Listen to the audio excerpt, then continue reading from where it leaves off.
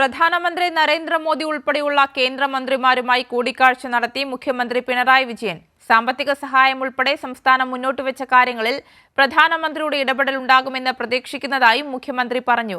Kozhikode കിനാലൂരിൽ AIIMS തുടങ്ങാനുള്ള നടപടികൾ വേഗത്തിൽ കൈക്കൊള്ളണമെന്നും മുഖ്യമന്ത്രി ആവശ്യപ്പെട്ടു.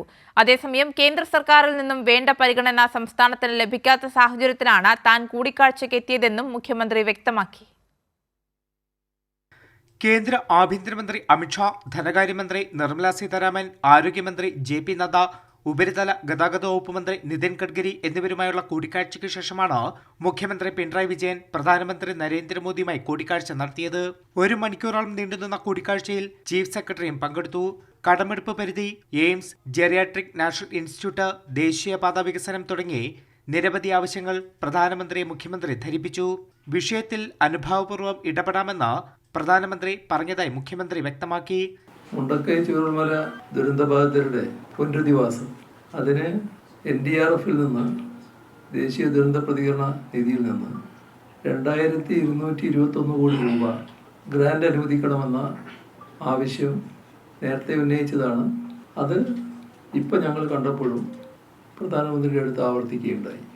ഇത് വായ്പയായി കണക്കാക്കരുത്, ദുരിതാശ്വാസത്തിനും പുനർനിർമ്മാണത്തിനുമുള്ള ഗ്രാന്റായി പരിഗണിക്കണമെന്നാണ് അഭ്യർത്ഥിച്ചത്. എയിംസ് സ്ഥാപിക്കാൻ ഭൂമി കണ്ടെത്തിയ കാര്യവും നടപടികൾക്ക് സംസ്ഥാന സർക്കാർ തയ്യാറാണെന്ന കാര്യവും ആരോഗ്യമന്ത്രി ജെ.പി. നദ്ദയെ മുഖ്യമന്ത്രി അറിയിച്ചിട്ടുണ്ട്. എയിംസിന് 4 സ്ഥലങ്ങൾ കണ്ടെത്തിയപ്പോൾ കേന്ദ്രത്തിന്റെ ആവശ്യപ്രകാരമാണ് ഒരു സ്ഥലം മാത്രം നിർദ്ദേശിച്ചത്. അന്തിമ അനുമതിക്കായുള്ള നടപടികൾ വേഗത്തിൽ തുടങ്ങണമെന്നും ആവശ്യപ്പെട്ടു. അപ്പോൾ കോഴിക്കോട് എയിംസ് സ്ഥാപിക്കുന്നതിനുള്ള നടപടി ത്വരിതപ്പെടുത്തണം എന്നതും പ്രധാനമന്ത്രിയുടെ ശ്രദ്ധയിൽപ്പെടുത്തി. ദേശീയപാത സ്ഥലമെടുപ്പിന് 25% തുക സംസ്ഥാന സർക്കാർ വഹിച്ചതിനാൽ അധിക കടമെടുപ്പ് അനുവദിക്കണമെന്ന് സംസ്ഥാനം ആവശ്യപ്പെട്ടിട്ടുണ്ട്. ദേശീയപാത നിർമ്മാണ പുരോഗതി വിലയിരുത്താൻ ഉപരിതല ഗതാഗത വകുപ്പ് മന്ത്രി ഉടൻ കേരളത്തിലെത്തും. വയനാട് സാമ്പത്തിക സഹായത്തിൽ പുനഃപരിശോധന വേണമെന്ന് അമിത്ഷായോടും മുഖ്യമന്ത്രി ആവശ്യപ്പെട്ടു.